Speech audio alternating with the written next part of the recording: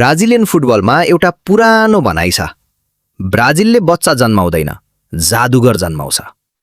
पेले, गारिन्चा, Ronaldo, Ronaldinho यी नामहरू केवल खेलाडी थिएनन्, ब्राजिलियन संस्कृति र जोगा बोनिटो अर्थात् सुन्दर खेलका प्रतीक थिए। तर जब सन् 2010 को दशकमा रोनाल्डिनोको युग ढल्किँदै थियो, सम्पूर्ण ब्राजिलले एउटा 14 वर्षको केटोमा आफ्नो नयाँ भगवान देख्यो। उसको नाम थियो नेमार डा सिसुआ सान्तोस जुनियर। नेमार केवल एक खेलाडी मात्र थिएनन्, उनी मेसी र रोनाल्डोको पछि विश्व फुटबलको सिंहासन सम्हाल्ने सबैभन्दा ठूला दावेदार थिए।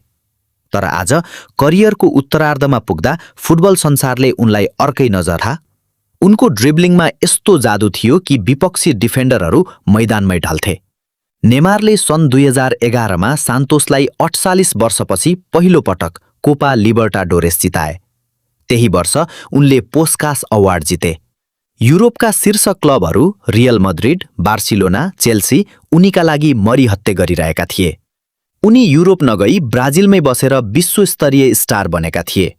ब्राजिलियनहरूका लागि नेमार केवल एक खेलाडी थिएनन्, उनी ब्राजिलियन फुटबलको पुनर्जन्म थिए। सन् 2013 मा नेमार बार्सिलोना पुगे।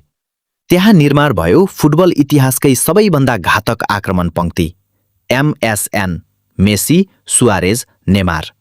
सन् 2014-15 को सिजनमा बार्सिलोनाले ट्रेबल जितेर इतिहास रच्यो। नेमारले च्याम्पियन्स लिगको फाइनलमा निर्णायक गोल गरे। उनी मेसीको छत्रछायामा दिनानुदिन परिपक्व र घातक बन्दै थिए। 8 मार्च 2017 फुटबल इतिहासकै सबैभन्दा ठूलो पुनरागमन ला रेमोन्टादा।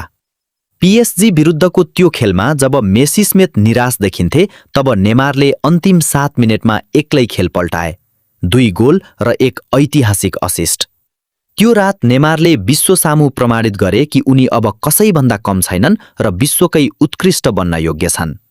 तर त्यही ऐतिहासिक रात एउटा यस्तो घटना घट्यो जसले नेमारको सोचाइ र भविष्य दुवै बदल्यो। खेलको असली नायक नेमार थिए, तर भोलिपल्ट विश्वभरिका पत्रिकाका कभरमा मेसीकै फोटो छायो। नेमारले बुझे, जबसम्म उनी क्याम्प नौमा मेसीसँगै रहन्छन्, उनी कहिल्यै विश्वको नम्बर 1 बन्न र बालोन डी ओर उचाल्न सक्ने छैनन्।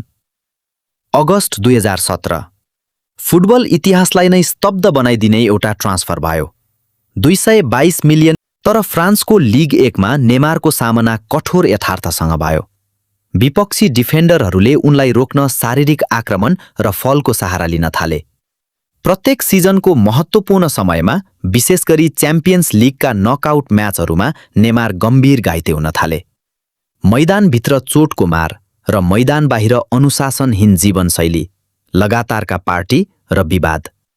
PSG मा नेमारले च्याम्पियन बनाउनुपर्ने टोलीमा बिस्तारै किलियन एम्बाप्पेको दबदबा बढ्दै गयो।